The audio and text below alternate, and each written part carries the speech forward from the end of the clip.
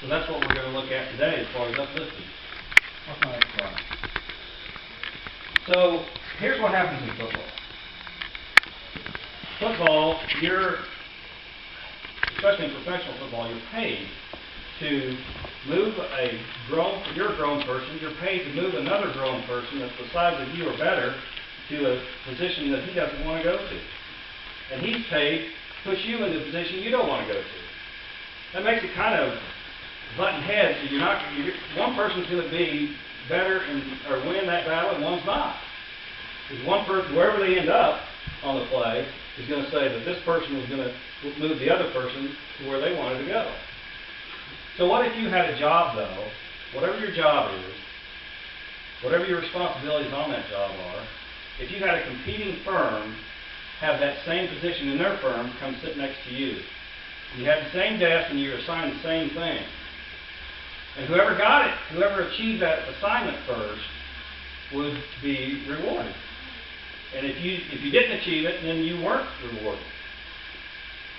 Okay, that's similar to what football is. And all the things that are going on in the locker room, so it's a very intense, emotional, physical setting, where one way to relieve tension is what they do in the locker room. You know, they do things that are not really acceptable. They're not okay outside the locker room. So think about that, though, if you're on your own job and you had to win or lose the assignments that you were given. Go ahead and next slide. This is where we can learn also where we are as human beings, because there are ways to be able to bring up the consciousness of everybody involved. That there's more life than just the game of football, and that there's more life than just the job that we hold right now. There's more to life than what we physically experience. So what if you have an idea of how to improve your job, and your company has, they've done it this way forever, and that's the way they're going to continue to do it, and that's the way they expect you to do it. But you have an idea and it's bothering you, you think it's not okay because you have a better way. Well, that's okay, because you can present it in a way where maybe everybody can raise their consciousness to a new level of understanding. By that I mean is by coming up to someone and saying, I have seen this done a different way, and it seems to work real good. Would you like to try it? Some way where it's not offensive to them. See, what happens in a football locker room is it's harder to do that, yet it is possible. It is possible. And what's going to happen in the NFL through this thing is a good thing, because it's going to have to change. The culture in the NFL is going to have to change. It's not going to be the bully system as much anymore, because they recognize that that's not in the best interest of the people involved. Now, the sport's been fun, but if you figure out a way to improve the people, it's kind of like a prison system. If you figure out what improves the people inside the system, then you'll have it better overall. It's not about the game itself only. It's about the people. It's just like the organization that you work in. It's not about the organization. The organization does not exist without you. So it is about you. And so most, not all, I'll admit not all, but most supervisors hopefully and managerial positions, hopefully they are trained in a way where they can listen at least to what people are saying if they're going to improve their process.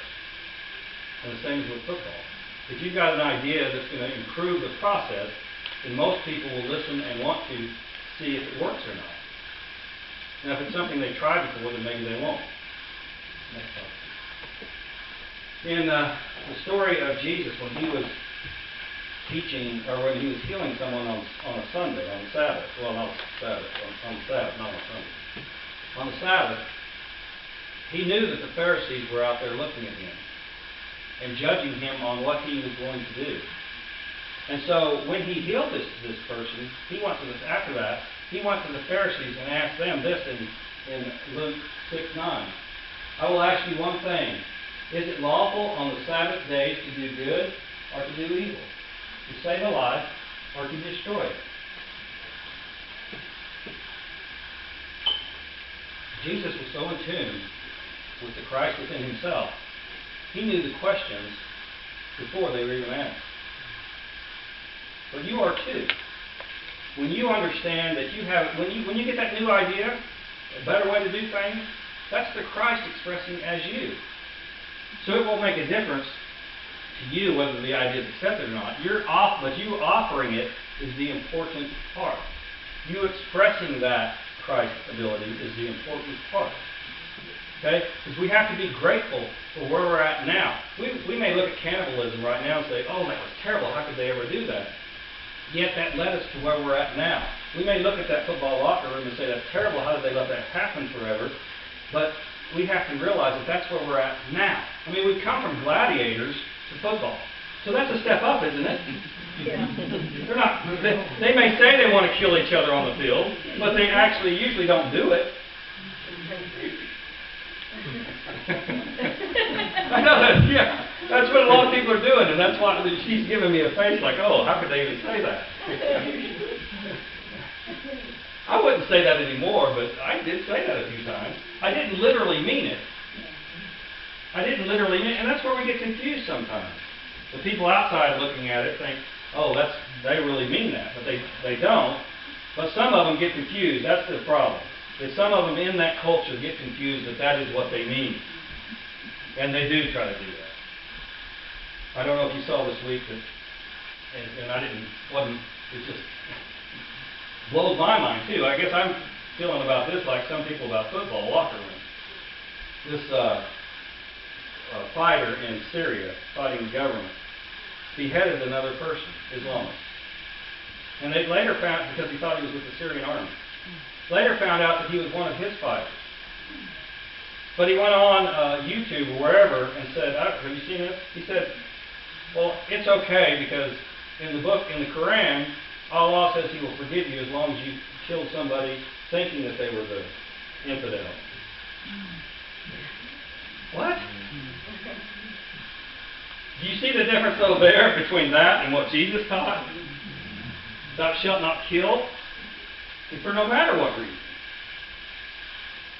You can guise it in many different ways, but we understand now, for the majority of us, killing is not acceptable. It is not okay. So go to the next slide, please. Each of us have to bring ourselves up to a new understanding, a new level of what we are as a person. Because there's more to us than this physical body. A lot more. In our mind, we know that. And in our mind is where it changes. Because once we change our mind and live that part of it, then it changes. Believe it or not, you may not see it overnight, but believe it or not, it changes the people around you. Because it puts that seed in their mind. And once that seed is in their mind, it will grow. In some way, some fashion, it will grow. Can you go back one, please? That's it. In order to do that, you have to know that the universe is endless in all its possibilities. And you are a part of the universe. God, whatever you want to call it. You are a part of that. And if that's so, then doesn't it just reason that you are endless? You have endless possibilities within you? You do. There's nothing within you that can stop you from not expressing the Christ within you. In fact, some people think it's hard to come up to a supervisor or something and say something in a positive way, but it's not. It's natural to you. And it's natural to them when they are in their beingness to accept that as an idea. And not all ideas will work. And like I said a minute ago, it doesn't make a difference as long as you're expressing your idea to see if it will further the understanding of the matter. Before you do that, though, we want to bring up, when we have that idea of improving something, we want to bring it back to center. We want to pray and meditate about it. Because we want to know our spiritual guidance, if that is the spiritual guidance, or if that's something that, I just want to do it different because I'm new and I want to do it different. You have to know the difference. And it's easy. I think everybody in here is good enough to do that. But I want to tell you about a story. Go ahead a minute. That's how to present it, if you want. It's a way to present it. But I want to tell you a story about when Jesse and Tabby's our daughter, oldest daughter, when they worked for me at Greyhound Printing. I had a printing business in Wichita. And when they started doing something, usually collating or something, some task, I'd show them how to do it. And the first time, they're both strong-willed. I love them to death. They're to death, listen to that. Yeah. The culture, some of the things you say. Anyway, they would go and do it their own way. And then I come back when I think that it should be done, and it wouldn't be done because they're doing it a different way, and it's taken long. And so I'd say, look, the reason I showed you the way to do it is because I had years of experience doing this, a lot of different ways, and this is the fastest and best way. And so, they'd finally catch on and do it that way. And if they had a great idea, that's great. I would be more than happy to see it and change the way we do things. That happened that way.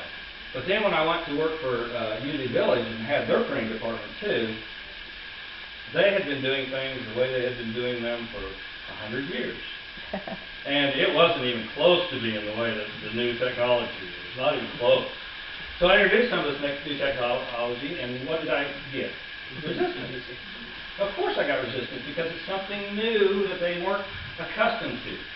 But when I asked them just to try it out for a while, then they tried it out and found out it did work better, and they were all happy about it because they could do the same amount of work, get the same results that they were getting for a lot less effort. And see, that's kind of the way it is with our spirituality. If it's hard for us to achieve something, then we're probably not on the right track, or we haven't got the right mindset. Because it's natural for us to be a spiritual being. It's natural for us to express from our spiritual self.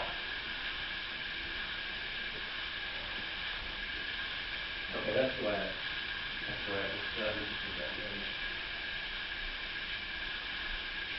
Some of the things that we have learned in life, like I've already said, may not be okay.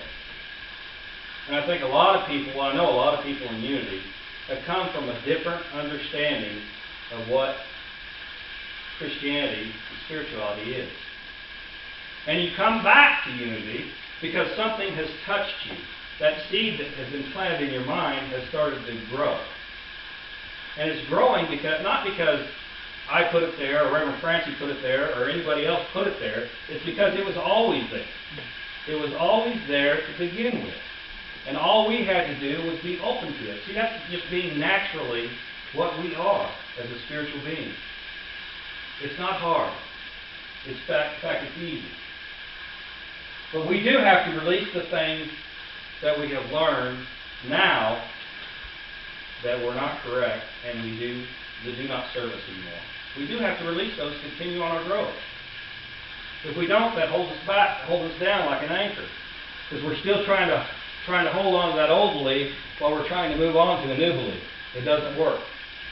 Okay, you can't ascend with an anchor on it. Okay?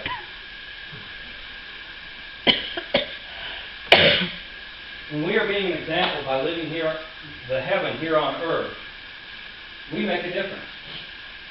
And we are creating a world that works for all. And see, it doesn't make a difference whether you're doing it for a selfish reason or not. Because when you're growing your own spirituality, it works for everybody. And so all these things that we've talked about, how we've grown in our different cultures, and how we've learned about other cultures, and how we're all melding them together, the only thing we have to be careful about is we have to give gratitude to where we are right now. We have to give gratitude to how far we've come. The NFL, I don't want to see it abolished by any means. I love the sport. But I'll tell you, there's a heck of a difference. I own a football team, too. There's a heck of a difference between being a player, a coach, or an owner. And it really surprised me because I loved being a player. A coach was okay, but being an owner stunk.